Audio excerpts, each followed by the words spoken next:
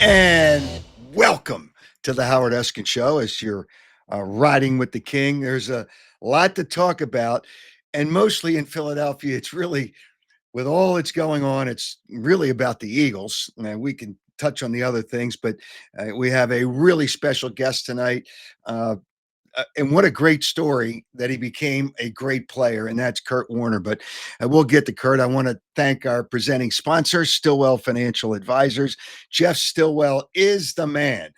Just got together with Jeff yesterday, alerted me on a lot of things that are going on financially in this country, and he is someone that can help you.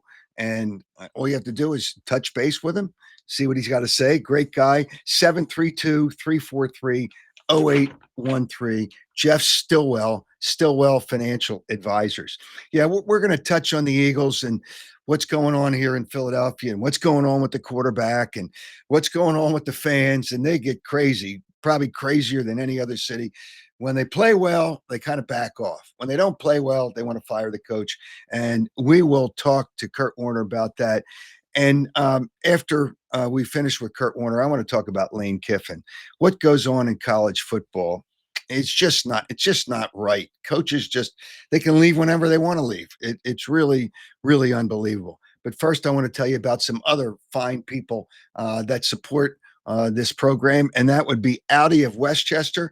And right now, and for December, the new 2025 A5, the redesigned A25, 1.99% financing up to 72 months. That's really a great deal on a great car. Audi Westchester, 1421 Wilmington Pike, and 1.99 financing. Now, these two vehicles have 1.99% financing up to 72 months, and that's the 2025 Q5, a very popular vehicle for Audi, the SUV, the Q5 SUV. I don't know how you can beat it. Check their website, AudiWestchester.com. And if you want to remodel your front yard and your backyard, obviously, maybe you want to put a pool in. Your front yard, they can do that too. Piazza Property Pros, 25 years of experience. You can do the front yard. You can do the backyard. You can do a pool. You can do landscaping. You can do fencing, pool maintenance, whatever you want. These people can do it. 610 and 25 years. When I say 25 years of experience, that's a lot, but they don't subcontract either. 610-566-2608. Schedule a free consultation. Not everybody does that either. That's 610-566-2608. Piazza Property Pros, piazzaoutdoor.com. All right. Like I said, we have a special guest who I would say knows a little bit about football, just a little bit. Let me welcome in Kurt Warner to the program, and I really appreciate Kurt coming on. If I want to talk about quarterbacks, this is one of the guys I want to talk to, Kurt Warner.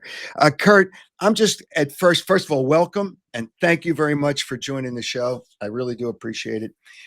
The Eagles have some issues right now. I know they're 8-4, but they've lost two in a row twice this season. They've scored a total of in 1-2 game stretch 26 points. Their defense gave up 900 yards in the last 2 games, but the focus is on offense.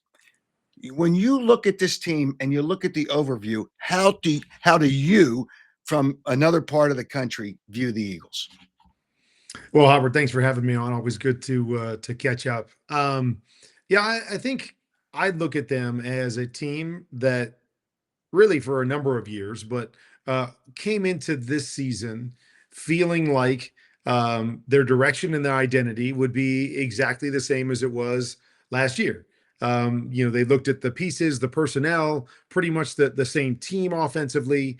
And I think they came in and said, hey, we don't need to change anything. We just have to be, good at the things we did a year ago. And it started with obviously running the football, and Saquon Barkley. And that's how they built this thing. And the problem has been, yes, they've had a couple of injuries up front, but they're just not as good, or they're not playing as well up front as they did a year ago. And so there are a lot of struggles in the run game, and they're not getting any explosive big plays in the run game. And so I believe that they've lost their identity a little bit because this is who we are. This is how we've had success. This is how we went to a couple Super Bowls, and it's not working.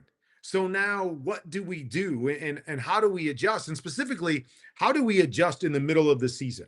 That's the one thing that when you go through training camp and you do all of that, you practice the things that you think you're going to do during the season. You build your offense the way that you're going to play during the season. And so it's not as easy to go, okay, we've got 5 days between this game and the next game. Let's revamp our offense and let's do something completely different. That just doesn't happen. We can make a little adjustment here and a little adjustment there, but I think the biggest thing is they really felt like they were built to play the same way they did a year ago, and it's not working. And with it not working, they're trying to figure out, okay, what can we adjust, or how do we, get better at the things that we should be better at. And to me, I just think the biggest thing is that their offensive line is just not dominating the way it has in the past. And maybe they misjudged that. Maybe it was injuries. Maybe it was just something you couldn't judge as guys get older. But now they have to try to figure out, okay, like you said, we're still 8-4. We're still leading our division. All things point to we're still going to be in the postseason. But how do we make the adjustments, the proper adjustments, whatever those are, so we really have a chance to repeat at this thing? Because the way it's going now, to think, they're going to be able to kind of muddle their way through offense, through the playoffs, and through 2-3 games in the playoffs and win a Super Bowl. It's hard to buy into that narrative right now because they're just not doing anything really well offensively. All right, Kurt, you've been to Super Bowls. You won a Super Bowl. What is it like? And it's hard to get to the Super Bowl, let alone get back to the Super Bowl. What was it like the following year after you either were in a Super Bowl or you won that Super Bowl? And I was at every one of your Super Bowls, so I Yeah. remember them. And then Dick Vermeil was the coach when you won the Super Bowl. But what is it like the next year having to come back, and now you got to go through this all long grind again? I think the biggest thing that you realize is when you go to a Super Bowl and win a Super Bowl, there's aspects of it that almost seem easy because so many things have to come together to win a Super Bowl. And you don't really understand that in the moment or in the season that you're going to the Super Bowl. You're just kind of like, hey, this is going well and we're winning, and we need to make a play. We're making a play. And you're just kind of like, okay, that's just kind of what we do. And then you come back in these other seasons and you go, oh, geez, it's not as easy as it seemed last year. It's not as easy as that run was. And then you start realizing, okay, whether you either stayed really healthy one year or maybe you didn't stay healthy and somebody got hurt, but the next guy that came in that year seemed to be not much of a drop off from your starter. And so there's so many of these pieces just kind of fit together when you're having success. And then the years that you're not, you start to realize, oh man, that one injury, man, I didn't realize how big that was going to be or how that was going to affect us. Or the guy we lost in the offseason, right? Because when you win a Super Bowl, everybody on your team is valuable. So your third receiver, somebody wants him as your number one receiver. And so all of a sudden they pluck that guy and you're leaving. Or your depth at the defensive line, okay, it's like, yeah, our starters are really good, but we didn't realize how much depth and, the different guys that were so successful for us last year where we could just, plug different guys in and we could have success at the defensive line. And those guys start to get plucked by different teams and get paid more and they become the number one guy.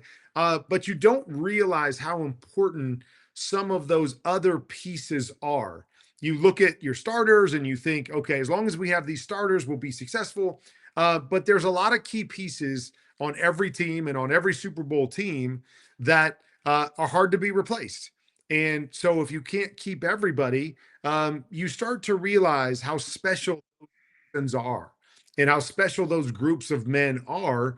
And you don't take it for granted because sometimes when you're in the midst of it, it's easy take for granted because it does almost seem easy, or it seems like, yeah, every time we need to make a play, somebody just shows up, somebody does it, like, hey, this guy's injured, the next guy, and it's just not always like that. And so, outside of a few teams, the Patriots of the last, 20 years with Tom Brady, and then some of the dynasties back in the day when there wasn't the free agency, and maybe the Chiefs team right now, but that's just rare. It's rare to be able to consistently, have that sort of success as you file new guys in, and you have to change little aspects of the game. And you just don't realize it until you're there and you're like, man, why is this year so much harder than it was a year ago? Well, looking at it from my perspective, and I'm here, the running game isn't as good because Saquon Barkley had so many carries last year, and historically, that running back the next year just isn't the same. The offensive line, they lost the right guard. The center had surgery in the offseason. I don't think he's as good. That's Cam Jurgens. So the offensive line isn't as good. So the Eagles were a running team. And I know that they didn't want Jalen Hurts to throw more than 21 to 23 times. I don't know if you ever had a game where you threw that few passes. So, but whatever the case, now he's got to do it because they can't run the ball. So take a look at what you see. And I don't know, obviously working with the NFL Network, a lot of those guys have different opinions, but you have your own. Some of those you might share with those people. What do you or the NFL Network people see with or without Jalen Hurts this year? Well, I mean, I think what we always have to do is we have to recognize different players and understand different players have different strengths. And, there's usually in the NFL, and this, I've covered it for a long time. There's a handful of elite guys, franchise guys, as I like to call them. And for me, an elite or franchise guy is a guy that you believe can drop back 35 or 40 times a game and be the reason that you guys are going to win or have success on offense. And there's not very many of those guys, usually at any point in time in the NFL. And so then everybody else, you know, is kind of that next tier down.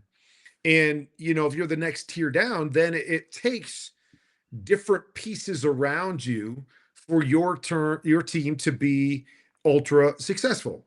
And so I think when I look at Jalen Hurts, that's kind of what I see a guy that's, kind of in that next tier.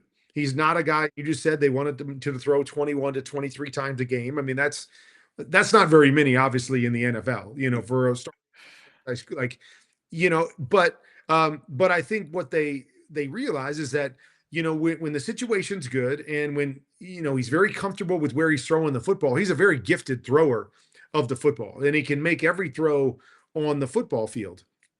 But he hasn't necessarily shown that ability to carry a team week in and week out. We've seen him carry a team for, a week here, a week there. We've seen him play unbelievable in the Super Bowl, or the two Super Bowls that he played in. So we know that he can be really good in stretches as a passer. But we haven't seen that consistency to say, okay, if we can't run the football and we've got to drop back and throw the ball 35 or 40 times a game, that we can be ultra successful throwing it. And so, when I look at Jalen Hurts, I think he's a really good quarterback. I'm not sure he's in that elite category, just in terms of being a quarterback. Like, he's elite in terms of winning. He's elite in terms of playmaking. But sometimes you just have to play quarterback. You have to drop back and play in the pocket and see the field and get the ball out on time and be able to decipher what's going on of the field and consistently make those decisions and those throws to help your team win. And that's, to me, the one thing that Jalen hasn't shown us. And again, I know that sounds like a negative or a knock on Jalen Hurts. Again, let me state that there's usually only a handful of those guys in the NFL at any point in time. I mean, those are the Hall of Famers. Those are the special guys that are different. I mean, I think we could look at a guy like Russell Wilson. Russell Wilson is a really, really good NFL quarterback. And stats wise, you could even say at times has been great. But I use that analogy because when he had a good running game and a good defense, and he could be the playmaker that he was, his teams were really good and he was really good.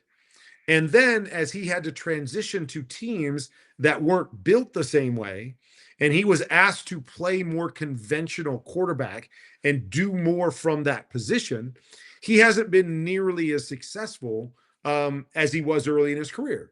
And a big part of that to me, again, is because that's not necessarily how he's built. That's not what he does best. And so, we've seen that illuminated a little bit as he's been on teams that have forced him to have to try to play more conventional football. And that's just the nature of again, most teams. Most teams don't have the luxury of having a great team, great defense, a great run game, and then you be a complementary piece, or you be a piece that has to win one game here and one game there, as opposed to having to carry a team every week, like a Joe Burrow, that they're only going to win with him throwing the ball 35, 40 times and him playing well. And he's got the capabilities of doing that, but it's still hard to win that way. But he's shown us that, hey, when all else fails, he's one of those guys that can carry us as a football team. So when it comes to Jalen, that's kind of what I see. A really good quarterback in this league, but a step below elite. And again, that doesn't mean he can't be. That doesn't even mean that he's not that guy. It just means that I haven't seen it yet.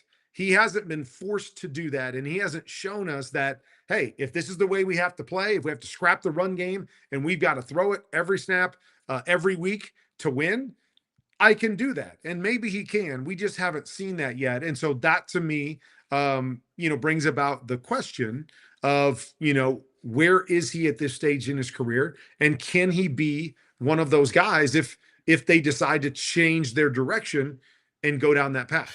Okay, you mentioned something which really is kind of an issue, I think, with Jalen Hurts. You are correct. You don't have to apologize to say he's not elite, because sometimes a quarterback is going to have to throw the ball 35, as you say, 35, 40 Yep. times. The Eagles don't want that because I think they're just afraid of the turnovers. But whatever the case may be, they haven't had to do that. But you said see the field. One of the issues, and on all these, and you see them because I'm sure you look at the tapes and you guys analyze it, the NFL Network, Yep. there are receivers that are open. So is he going through his progressions well enough to get to those people? And what is it? And you as a quarterback know, what is it that is it instincts? What is it that a quarterback does to be able to see the field, go through his progressions, and find that Yep. open receiver? Yeah, I mean, it's all about processing, the ability to know exactly what you're seeing, to know where your eyes need to go, to be able to determine, in quick fashion, is that guy going to be open? Do I have to move to the next guy? All of those things. So I've got a theory here, Howard, that as we have transitioned to, for lack of a better term, the more athletic quarterbacks, Mhm. um, not just in the NFL, but across football in general. When I started playing football, they put the best athletes at every other position besides the quarterback position, right? It was a running back, it was the wide receivers, it was the guys we were going to give the ball to. And somewhere, in this football, timeline, we made the change and go, okay, why are we doing that? Why don't we just put the best athlete at quarterback and give him the ball every single snap, and that's going to bode well for us. And so we're at in that stage right now. But what I believe happened and has happened in this process is that a lot of these guys that are ultra talented and the best athlete on the football field from a young age, usually, where I shouldn't say usually, we're seeing more of it that from the young age until they get to the NFL, they're the best athlete on the field. Mhm. And I don't believe they're truly being taught this idea of processing and seeing the field and reading the game like I was. Like I couldn't run. I wasn't the guy that was going to be able to take off and make a bunch of plays every game. And so I had, if I was going to be successful, I had to learn to process. I I had to learn to do it quickly. I had to learn how to go through my progressions and read defenses and all this stuff. And I believe that when you have a really good athlete, that we've seen quarterbacks where it's like, hey, go look at your first guy, and if he's not there, go ahead and create it and make a play. And so many of these guys have success doing that. In high school, and a lot of them are doing it in college, and then they get to the NFL, and it's like, oh wow, I'm not the best athlete on the field anymore. And so I think they're a little bit behind the eight ball in terms of, when you compare them to guys like me or the past generations that were forced to do it. Tom Brady's, right? The Peyton Mannings, myself. Like, you have to learn how to do this if you're going to have a chance. And so now they get to the highest level, and now we're going, hey, learn it. Learn it against the best in the world. Learn it when you're on the field trying to win games. Learn how to do this with all this craziness going on around you. And most of them, will struggle with that, at least to a degree, or it's going to take some time for them to get there. And so that's, I think, the hard part of, the direction that we've gone is, is these guys have to do it or are forced to do it less than a guy like me. And so, the more I did it, the more I learned it. The more I got to process, the faster it was. I played arena football. Game was faster. All these things going on. So it helped me to speed up that process. And, for guys that haven't had to do it as much, haven't been forced to do it as much, they're not going to be, in most situations, as good at it as other guys. And so, when we're talking about Jalen, yeah, I mean, I think he's a guy that struggles at time to work quickly through his progressions. And, there could be a bunch of reasons for that. Like in the past, they throw the ball when they load the box and he gets one-on-one on the outside. And so he may be used to just going, hey, all I got to do is pick the first guy because it's one-on-one everywhere across the board, and let me just go throw it to him. And now, he's being forced to have to see coverages and work through things. And again, I don't want to make this statement like he can't process and see things. I just think it needs to be sped up a little bit in terms of exactly what he's seeing, exactly where to go to start his reads, to work through things, so you can get through these things faster. And again, and I think there's also a level of comfort. Jalen Hurts, to me, seems very comfortable outside the pocket, creating. I remember Steve Mariucci told me a story, one time about Brett Favre. And, he was coaching Brett Favre, and, Brett dropped back, and there was a great pocket there. And Brett just took off and got outside. And, when he came over the sideline, he's like, Brett, what are you doing? There's a great pocket there. Just stand inside there and go through your progressions and read it. And he goes, Coach, I just feel more comfortable out there. Like, like playing more of the backyard, like, let me get out here and just kind of see what's in front of me and create. I feel more comfortable in that situation. Bo Nix, we talked to him this year because I think there's a lot of times he gets back to the back of his drop and he's moving, his feet are moving, and he's not patient with anything. And I asked him, and he said kind of the same thing. He's like, I just feel more comfortable on the move. So my feet want to move. That's where my comfort zone is. And so a lot of times we're going to fall back to where we're most comfortable. So I think Jalen is very comfortable when he knows what he's seeing and his first read's there or second read's there, and he's dropping back and he's throwing the football, and you see it. When he does that, he throws a beautiful ball. He's very accurate. He has a lot of success. When he's not quite sure, that's when I think he holds the football and he wants to get out and create. And so no longer is it about, having to read and play on time. It's more about, now I can feel comfortable and just create. What do I see? Do I see something? Is something open? Make the throw. If it's not, go run and create. And, and I think, Howard, we have to ask the question with guys that are comfortable like that. How far can they go in terms of the processing? How much can they get better? How much time does it take? Like, I don't know when it clicked for me, because they talk about experts getting 10,000 hours at something to become great at it. Like, I've been doing this for as long as I can remember because I couldn't play the game any other way. And so, can these guys get there? Will they, get to the point where they're really good at that? Or, how much better can they get? Maybe they won't be Peyton Manning or Tom Brady. Maybe it won't be that guy, but how close to that can they get? And how much time do they need? And how do you get a guy that's not used to doing that to that point? And so I think it's a fascinating question. And this is just all speculation by me, right? I would have to sit down with It's Jalen. okay. Jalen, talk to me. Talk me through this. What are you seeing? Why are you, looking here instead of there? Or why are you getting stuck, between this guy and the next? Like, I would have to sit down and talk to him. Maybe I'm 100% off base and I don't know what I'm talking about. It just seems like that.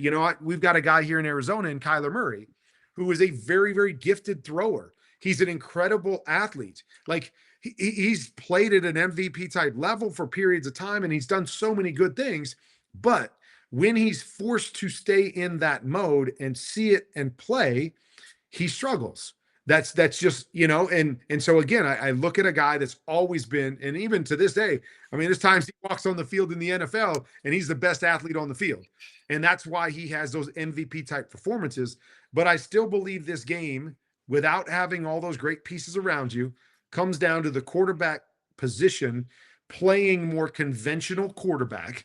And who can do that and who can't, right? How good are you and how far can you go to get good at that part of the game? Because I look at a Lamar Jackson, right? We know he's as good a playmaker, as great an athlete as we've ever seen at the quarterback position. But he also plays great inside the pocket. He also processes and sees it and plays. And now he becomes almost unstoppable. It's why he's won a couple MVPs and could have had a third, but you're trying to find all those pieces to figure out, what way do you have to win? And if this isn't working, can you win a different way? Kurt, you mentioned something which sounds so simple.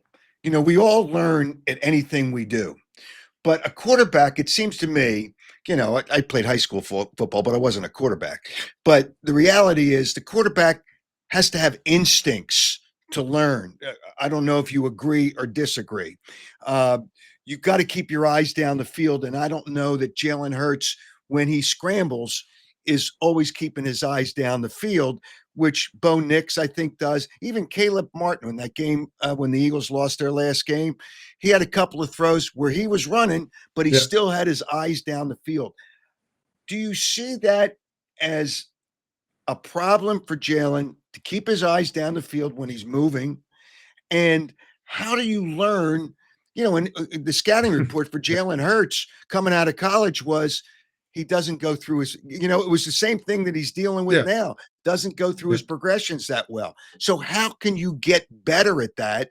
And how do you learn, if it's not instincts, to keep your eyes down the field to find your receivers? Yeah, I mean, I don't think Jalen, like, I see him lots of times when he's rolling out, and I think he's really good on the move and, keeping his eyes down the field and taking some shots. And, other times, again, I can't speak being an athlete. Like, when I got out of the pocket, I was always looking to throw the ball. I wasn't looking to run. So it's hard for me to speak to the athletic side of these guys because they've had so much great success running the football. So I don't know the dynamic of, when is it time to tuck it and run? When is it time to take your eyes down the field and create? But I don't, like, when I watch Jalen, I don't think that's something. When he goes and starts to create, I've seen him make a lot of great throws down the field as well as a lot of great runs. So that's not something I'm concerned about as much as, your second question on how do you get better at that? And it's a valid question. And I don't know fully the answer to it. I don't know how much is innate, like, just like, certain guys are gifted with certain things. I think there's a mental gifting that some of us have. And then I also think that there's work that goes into it. So as I said, maybe I was people would always ask me, do you think the Arena League helped you to become more accurate and to process faster? And I always say, I don't, what came first, the chicken or the egg? Like, was that stuff that I could do? And then the Arena League just brought it out because it was faster? Or was it something that I wasn't necessarily great at? And the Arena League forced me to become really good at it. Um, and I learned it. And so I don't know the answer to that question, but I would guess that there's probably a combination of both. That there's always ways to get better at different things by putting in the time and learning how to do it the right way.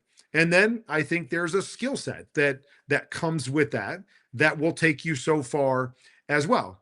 Um, I mention to people all the time because again, I don't know the answer to that question, but I've got a son that plays college football, and I would put his processing up there with anybody that I've seen play at the college level. And I watch all the games on Sunday. I think he processes information as well as most guys that play on Sundays.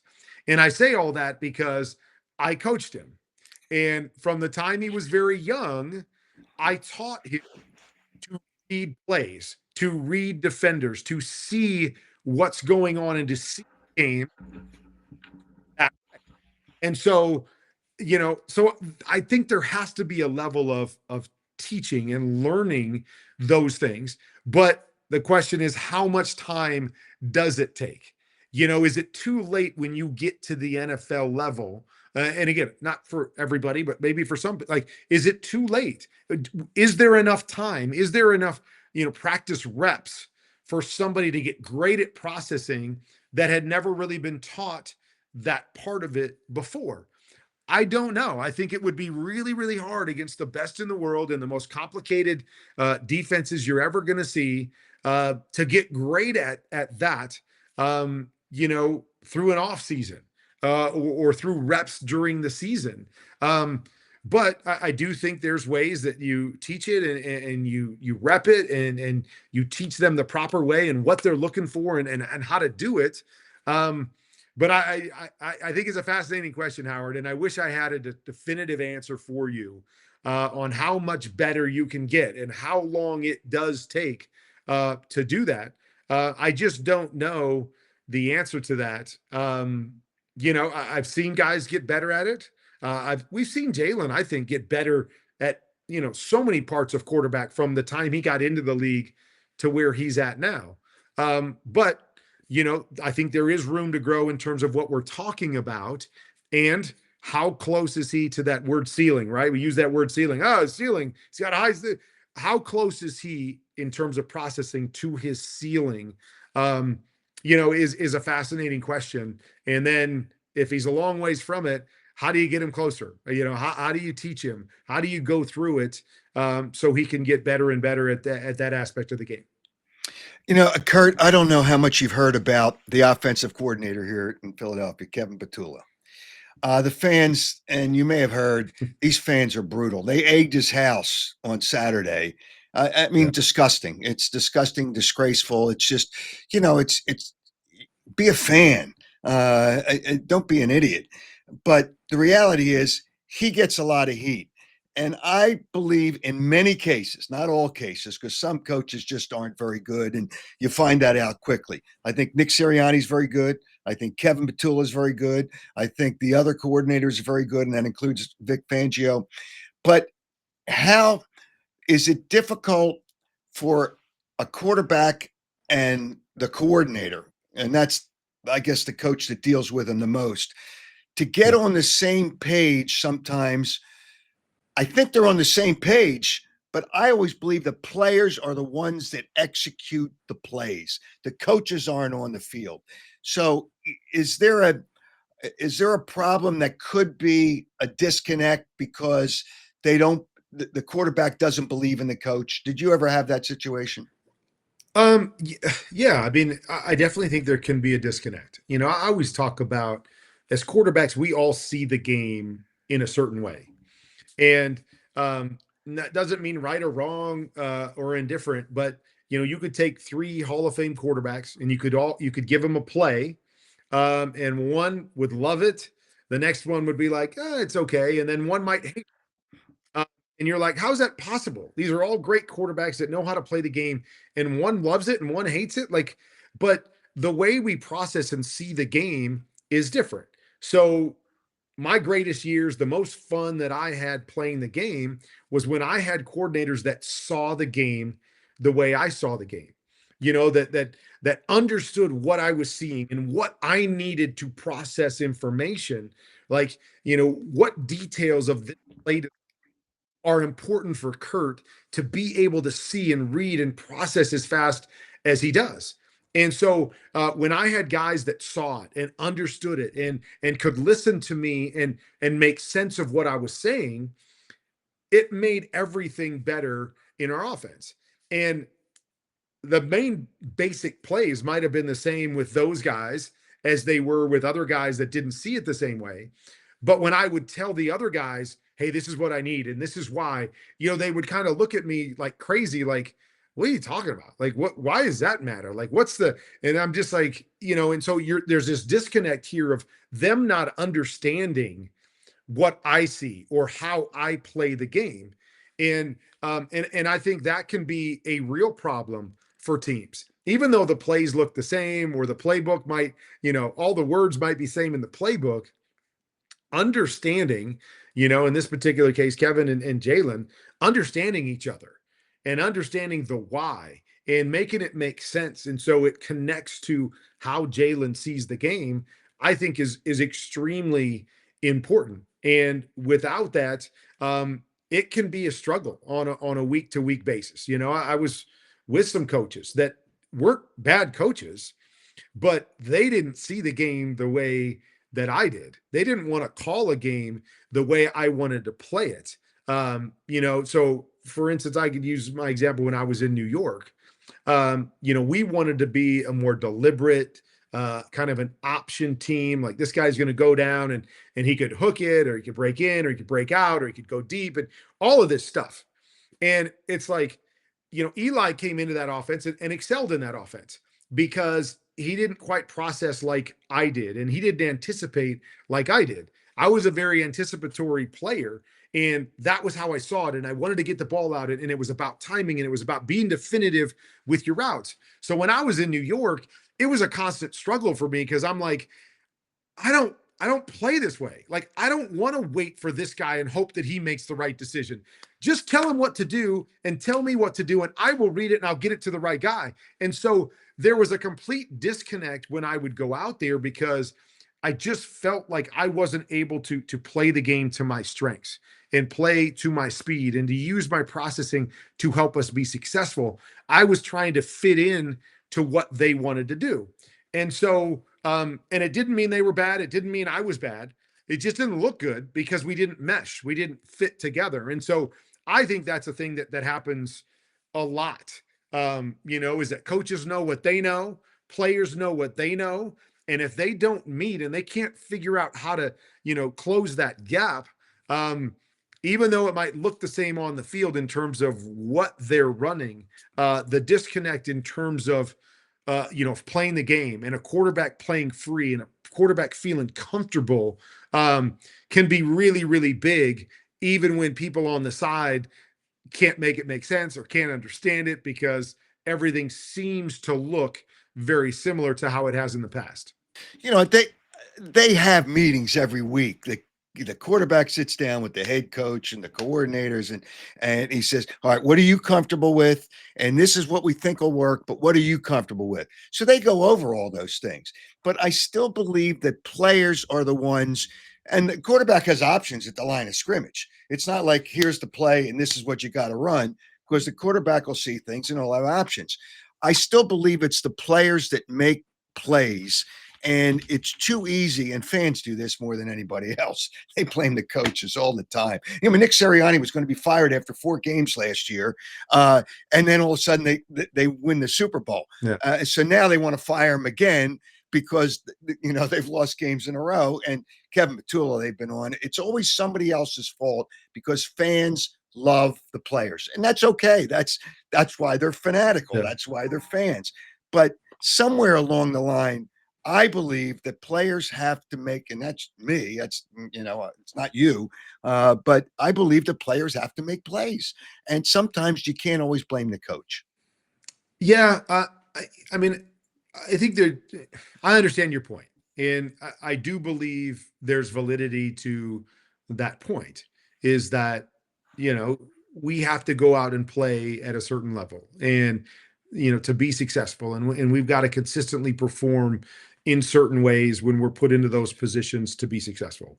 But I'm also a firm believer that that coaches and play design and the details, the littlest details, can make the biggest difference for a player to perform.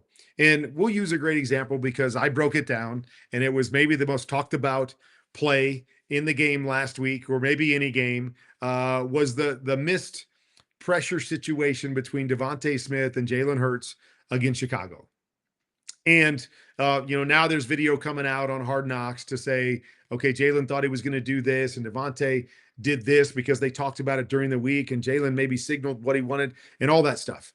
And I broke it down and I talked about it, and I see all these facets. Even when I'm hearing about it, like I get it. They talked about it during the week, and it was going to be a break in, and then Jalen wanted it to be a hook, and then in the game they mess it up and they miss a great opportunity to score, and maybe it wins that game for them or not.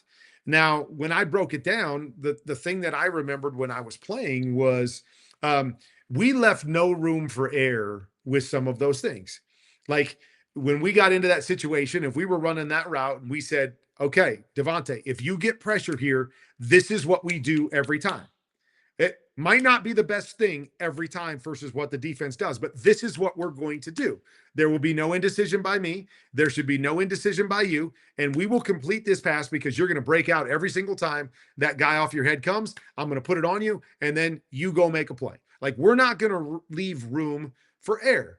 And so, again, back to my time in New York when we were running all these option route things, like, there was room for error. And that's why I didn't like it, because I'm like, I'm seeing this, you should hook here. Oh, shoot, he's going deep. And now everything's discombobulated and it's off. And so, things like that, as a coach, it's easy to go, well, I left it to you guys to talk about what you wanted to do. And, and then there was a miss.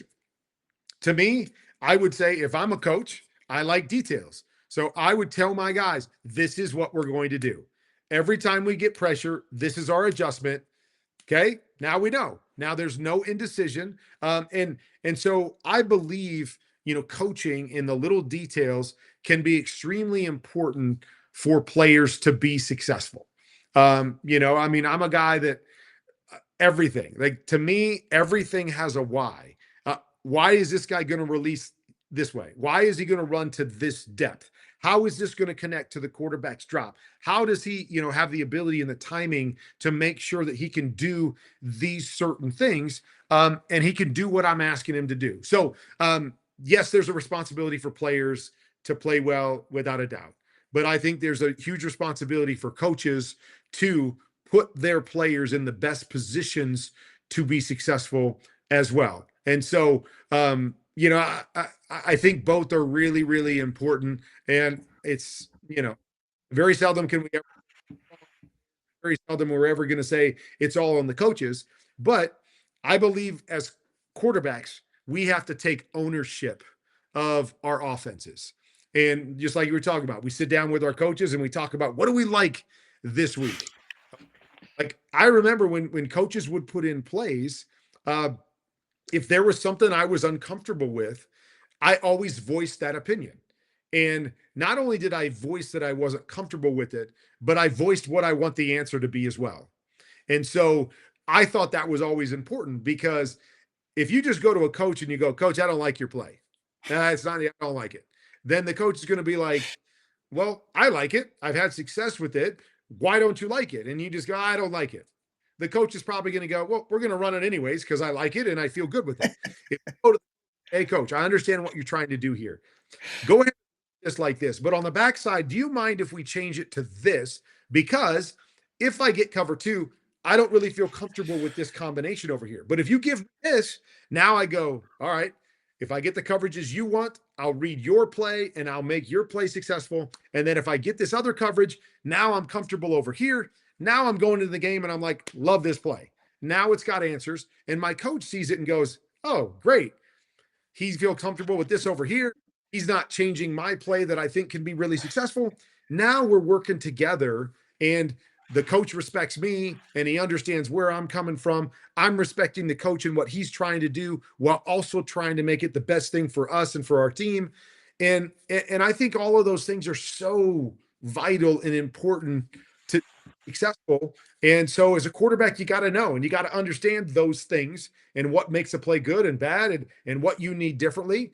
And I think you have to understand that as a coach as well. But if you don't, you have to be able to listen and learn from the other one to help all of us be most successful. Kurt, you are an amazing story, which I know that the NFL Films has probably done stories on it. Just the perseverance that you had to have. Okay, you're a 1-year starter at a 1AA school. You go to the Arena League for 3 years. Then you come out, and this coach takes you on his team. Well, Green Bay was the first one, and you didn't make it there. So now you go to the Rams, and you go to Dick Vermeil. And after that, you became a 2-time MVP, a Super Bowl champion, a Pro Bowler, a Hall of Famer. And there was one coach that gave you the chance. And that was both a friend of both of us. Although, by the way, he didn't like me at the beginning because I criticized some of the things he did with the Eagles. But now we're really great friends. I've been over to his house. We've been out to dinner together. It's been great. But what was it about Dick Vermeil? I mean, just think of that moment. And I'm sure you've thought about it many times because people had to ask you about it. But this is the first time I've talked to you about it. When Trent Green gets hurt, Dick Vermeil has this emotional news conference, and Kurt Warner's our quarterback, and we're going to win. What was that all like? And that, obviously, you and the coach were on the same page there.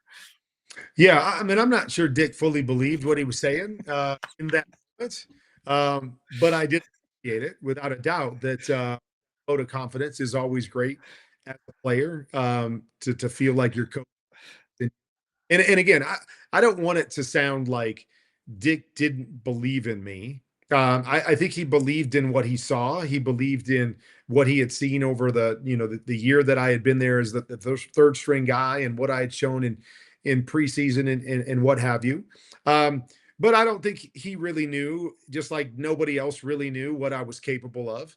And so it was a great vote of confidence at the time, just to say, hey, we're going to give this kid a shot. We don't know what to expect, but this is what we think is going to happen. We think we're going to have success. We're going to go play good football around this guy. But I do believe that there was a part of Dick that saw himself in me, that always looked at himself as kind of the underdog, the guy that, was overachieving and persevering to get to where he was. And so I think there was a belief and a hope in my situation because of, his background, and it allowed him to believe in me maybe in a different way. I mean, how many coaches have movies made about a couple of their players, that, kind of came from nowhere and that they gave a shot and that they had success. And so, it's pretty crazy to think about. But, at the same time, that vote of confidence was huge. But I also was very realistic to go, yeah, I mean, I get it. Like, if there's some skepticism from Dick or anybody else, it makes sense. Like, nobody knows where I came from, and coming from a grocery store and playing it, like, nobody knows how good or bad I'm going to be. But just the fact that he gave me the shot, the year before, he moved me up to the backup because of what he saw, and I was the scout team player of the year, the year before. And for him to come out in that moment and go, hey, we believe Kurt can play based on what we've seen. We're going to give him a shot, and we're going to play good football, was a huge moment for me, because there was a lot of ways to go. Dick at the time, it was in his third year with the Rams. A lot of speculation that if he didn't win that year, he's probably going to be out as a coach. And so knowing all of that, stuff that's there, I'm sure a part of him is like, oh my gosh, my career, sits on the balance of this kid that we don't even know anything about, that's never played in the NFL, and I got to make a decision here. But he went with his gut more than he went with his head, probably, and said, but I believe with what I've seen and what I know, I'm going to give this kid a shot. And so, obviously it made all the difference for me, for him to believe in me, to give me that shot, and not go out and get somebody to replace me. And again, I wouldn't hold it against him that they were looking or they were trying to get somebody, but just the fact that he said, hey, we're going to go with this guy.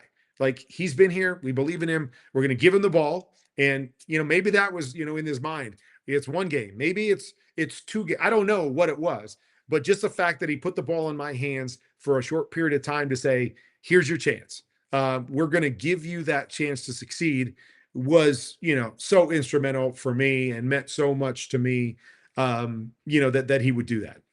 You know, when I when I look back at that season, I love a quarterback that throws the football. I love to see a passing game.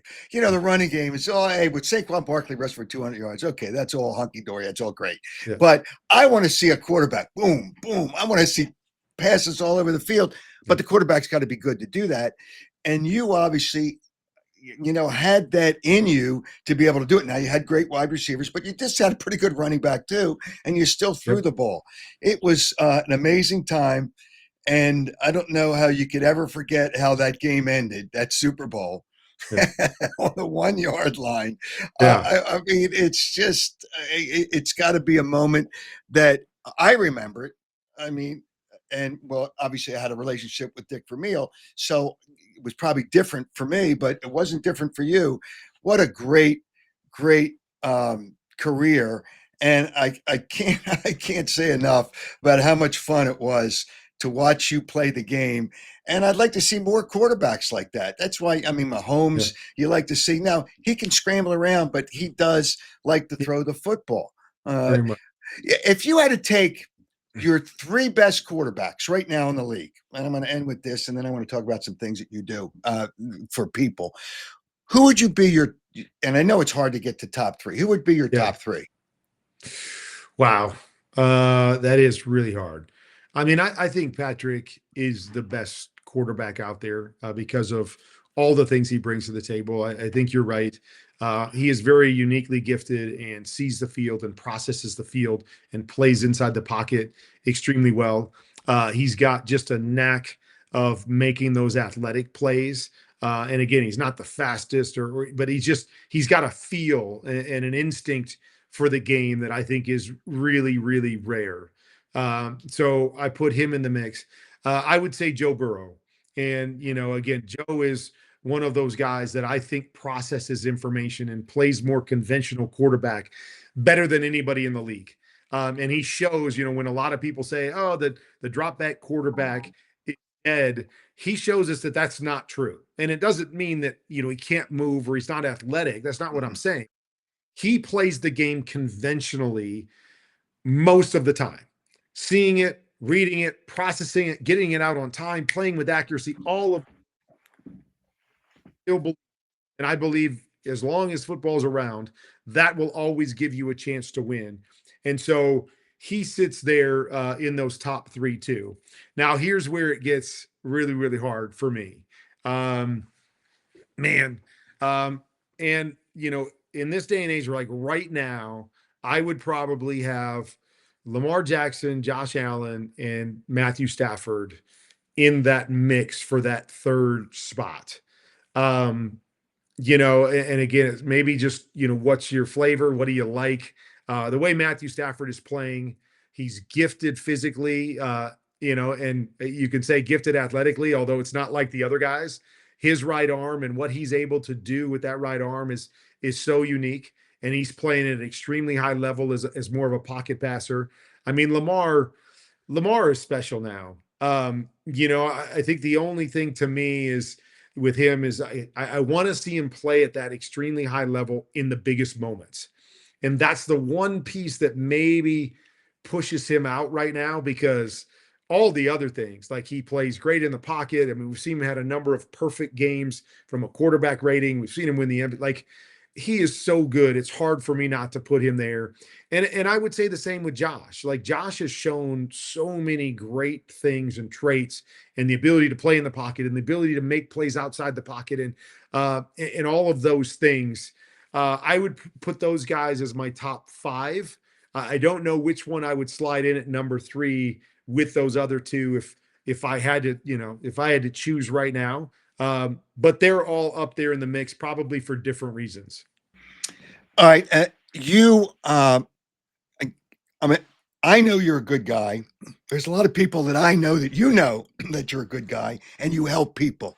Some of the foundations, and I know that one that's probably closer to your heart is Treasure House. Can you tell people a little bit about that, and if they ever want to get involved, how they could do that? Yeah, for sure. So my oldest son, Zach, who's actually 36 now, suffered a traumatic brain injury when he was 4 months old. And so has dealt with the challenges of that, the mental challenges. He's legally blind, and those challenges his entire life. And, when he graduated from high school, it was really about a quest to figure out how to give him a full life, how to be able to help him step into his purpose and things that he loves, and be surrounded by a community, and all of those things. And so Brenda, my wife, and I, decided to create our own place that's a community living facility for young adults with intellectual and developmental disabilities. And so we've got one here in Arizona, and it's full, and it's thriving, and it's life changing for our son, for our family, and for so many other families. And our quest is to fill that need across the country, into the future. And so we figured out the model, we figured out how we want to do it, and now the idea is to make sure that we can figure out a way to pay off our building here and create the next one, and then create the next one, and create the next one. And so it's been a labor of love. It's been a journey for sure, but it's been awesome to see how Treasure House has impacted the lives of the families that are connected to it. And we're always looking for people that have the same plight, that are interested in impacting this area of their community. And so if anybody's interested to find out more, to help us in any way, just jump on the internet to treasurehouse.org, and it'll let you know what we're doing, and what we're all about, and how to contact us if you're interested. Okay, it's treasurehouse.org, right? Yep. That's okay. And people should jump on there if they want to help, and hopefully you get more and more and more people to help. It's always good to help people. Kurt, I want to tell you, it's so enjoyable to talk to you. And I know we went longer than I thought we'd go, but you're so fascinating the way you talk to. I will say I don't call them interviews. I call them conversations when we can do it like this, because we're just having a back and forth conversation, which is really fun. I've interviewed Muhammad Ali when he was still boxing. That shows you how far back I go. And that was fun because he was Muhammad Ali. Yes. You're in the top three. You're in the top three, Kurt. Well, you're in the top three.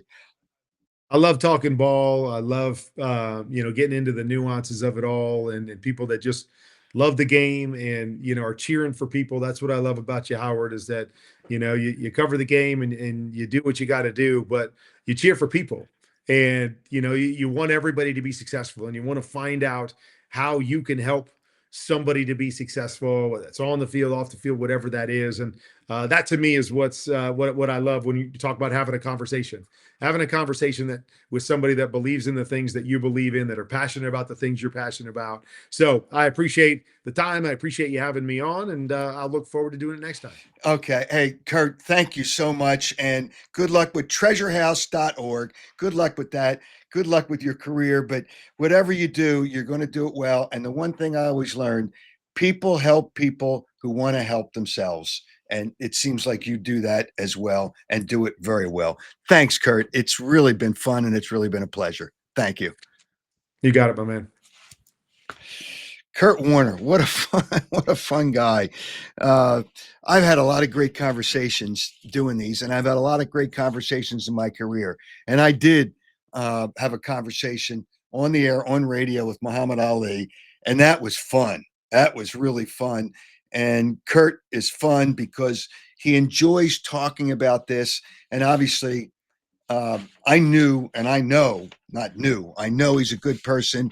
He likes to help people, and that was important, and that's really good. All right, let me kind of regather. There's a couple of things that I want to talk about. I have a question for you to win a pair of Oakley sunglasses. Uh, I have a winner from last show, but first I want to thank our presenting sponsor, Jeff Stillwell, who I got together with yesterday. We just kind of shot the you know what, and we talked about a lot of things in sports, which he's obviously a great sports fan. But we talked about a lot of the things that are changing now in the world with your investments, your wealth, whatever you need to do. Give Jeff Stillwell a call. Stillwell Financial Advisor, 732-343-0813. Also, Audi Westchester's got another sale going on this month. Now, they continue with one of these, the A5, the new remodeled A5, 1.99% financing for up to 72 months. 1.99%. That's like almost, it's not like you're even paying an interest rate. You can have some fun. They have a great inventory of vehicles at Audi Westchester, 1421 Wilmington Pike, and the Q5 SUV, 1.99%. That continues in the month of December. There are really good deals going on right now at Audi Westchester. You stop in, grab a cup of coffee, grab some snacks, talk to the people, have some fun, and look at some really great vehicles. And you can get a great vehicle at Audi Westchester and the A5, 1.99%. Check it all out, AudiWestchester.com. And if you want to get some things done to your home, you want to spruce up your property when guests come over. Not only do they do your back, they do the front. They can take care of a lot of things. Piazza Property Pros, 25 years of experience. And when you don't subcontract and it's all your own people, whether it's the landscaping, well, it's remodeling your front, remodeling your back, pool maintenance, building a pool. You can do all those things. Piazza Property Pros. Piazza does a great thing for you, the people, for outdoor living. 610 566 2608. 610 566 2608. Check them out on the internet, on their website, piazzaoutdoor.com. All right. A couple of other things I want to talk about.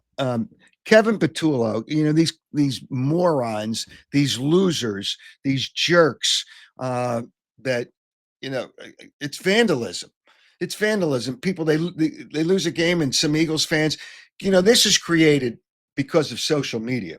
This is created because people think that they can be the star with social media, and then it just escalates into something like that.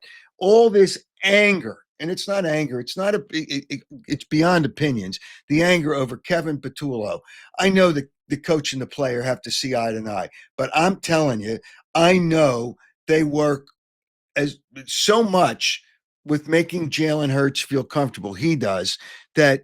It's wrong to blame Kevin Petullo, and that's why every week is he still the play caller? Every week he's still the play caller. 2 weeks in a row, the Eagles' defense has sucked, giving up 900 yards on the other team's offense in the last 2 games. Do they question Vic Fangio? No, because he's a good coach. But it's beyond. But when people egg his house, that's disgraceful. And to his credit, Kevin Petullo didn't run away from it when he spoke, as we speak on Wednesday, when he spoke today about that situation. Fortunately, it happened. I've been here for 5 years now, and it's been awesome. I mean, this is such a unique place to coach and play. It's very special. We've been to 2 NFC Championship games. We've won at Lincoln Financial, a Super Bowl. The parade is it's an amazing atmosphere to be a coach and a player. And as coaches and players, we all know that part of our job is to handle criticism. And so it's perfectly acceptable to sit up here and talk about what's going on, how to fix it, what we're going to do going forward, and we know that. but when it involves your family, obviously crosses the line. And so that happened. And at this point, we just got to move on. We're trying to win. That's all we want to do is focus, whether it's my family, whether it's the team, all we're trying to do together is focus on this week. We've got a long week, which has been good to have an extra day of preparation and go out to LA and beat the Chargers. Yeah, I mean, he he's a good coach. I know people don't believe it. He's a good coach. He is. And Nick Sirianni, people want to fire Nick Sirianni. I mean, all these clowns. It's out of control. It's out of control anymore. It's out of control.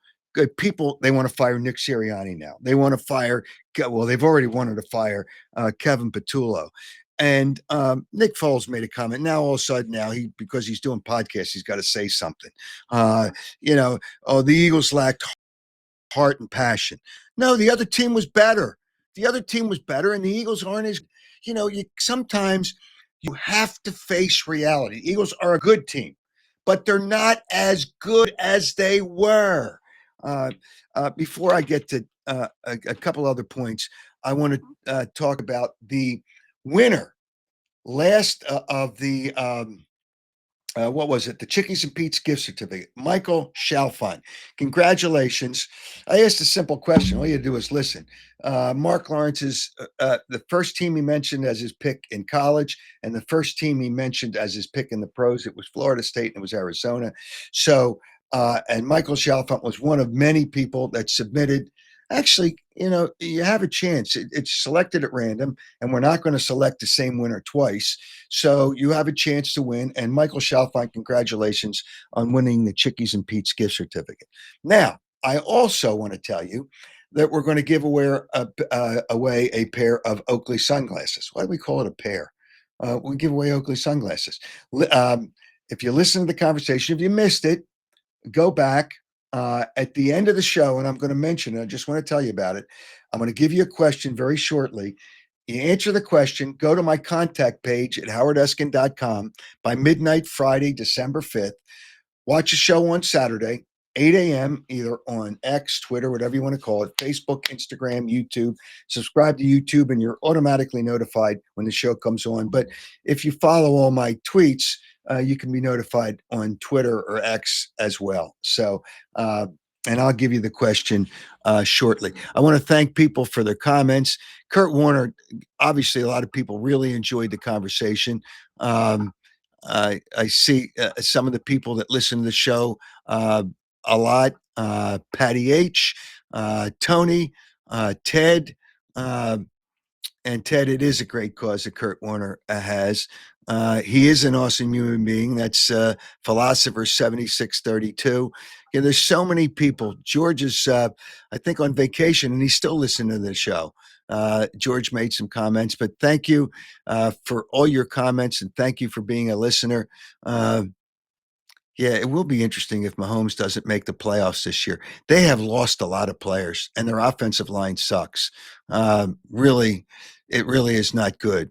There's a lot of good when you look at quarterbacks, and Kurt Warner mentioned 5.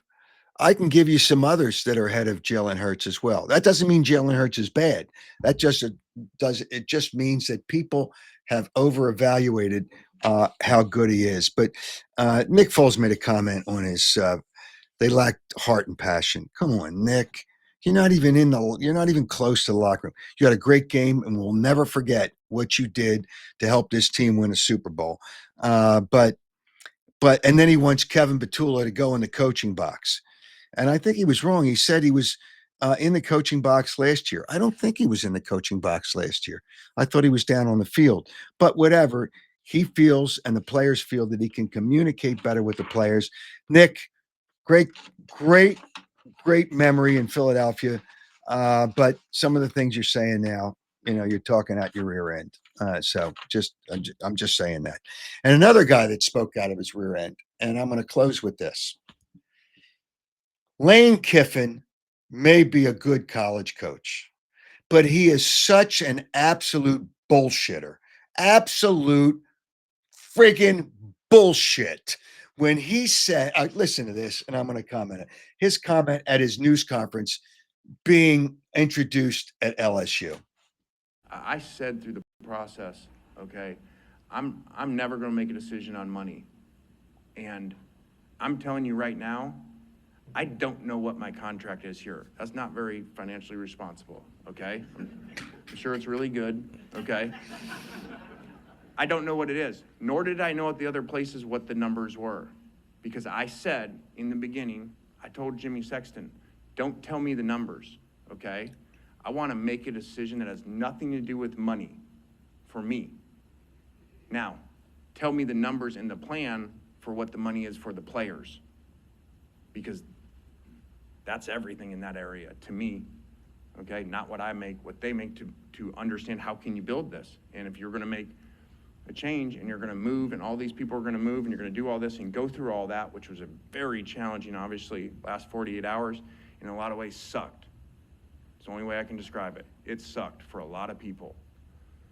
And there was no way to possibly do it, in my opinion, any better than we did from a timing standpoint, because it's a bad scheduling system of how it's set up. And eventually, hopefully it gets like the NFL where you can't do that in the season and don't have to make those. Bullshit. Bullshit. The bullshit meter went off. Bullshit, bullshit, bullshit. All right. Lane Kiffin, you've left jobs and you've left in many cases for more money. All right. Okay. Well, instead of paying you 12 to 13 million a year at LSU, they're only paying you 3 or 4, but you didn't care. You didn't care what the numbers were. You wanted to go to LSU all along. You wanted to build up the number. That's what you were going to do, and it wasn't going to change. That's what you were going to do because you know LSU has the money to buy players, and that's a disgrace in college sports as well. But to say, I know his agent. I know him well, but he'll never tell me the truth. To say you didn't know what the numbers were, total nonsense. And you were going to leave. And then he makes this grandstand. I wanted to stay at Mississippi. You knew, and Mississippi confirmed this. You knew once you took the job, and coaches shouldn't be allowed to do that. Once you took the job, you couldn't stay. You're competing for the same recruits, and the window opened for the letters of intent for the high school players. You knew you wouldn't be able to stay. Well, it's nonsense. Oh, I wanted to stay. You knew you couldn't. Jerk. What a jerk. What a jerk. You know, now I know who I'm rooting against. I thought Notre Dame was my top target because Notre Dame doesn't have to play a conference championship, so they get a break getting into the college playoff system. But now my number one target to lose all the time would be LSU because Lane Kiffin, you are a fraud, all right? A fraud. Sick and tired of these lying coach. Oh, it wasn't for the money. Well, no, then give back 6 of the million and give it to students to help with their tuitions. Why don't you do that? So, because it wasn't about the money. Give me a bleeping break. All right. Enough. All right. Let me give you the question to win the Oakley sunglasses. I asked Kurt Warner his top 3. He gave me his top 5 quarterbacks right now that he thinks in the NFL. You give me 4 of the 5. 4 of the 5 that he mentioned. You give me 4 of the 5, and the people with the correct answer submit it to my website. You give me 4 of the 5, and we'll announce the winner on Saturday. Go to howardeskin.com, go to the contact page. Give me 4 of the 5 that he mentioned. You don't have to give me all 5. I don't want to make it too tough on you. You want a pair of Oakley sunglasses. All right. But he broke it down. He had, and there's Jalen wasn't one of them. I'll give you a hint. Jalen wasn't one of them. George, what a great human being Kurt Warner is. Great conversation. That comes from George. Thanks for the comment, George, and thanks for listening. I believe you're still on vacation. Thanks to everybody that listened. Thanks to Joe Gangemi on the other side for all the technical help. Thanks to Tony Anastasia for all the graphics and all the work that she does on the website and with all the graphics. And thank you, and thanks to Kurt Warner. What a great guest, and what a sensational conversation. I loved it. And to get people like that is really great. Thanks. You have a great night, a great day tomorrow, and I'll see you. And you'll hear me or see me, but I'll see you on Saturday. Thanks for riding with the king, listening to the Howard Eskin Show.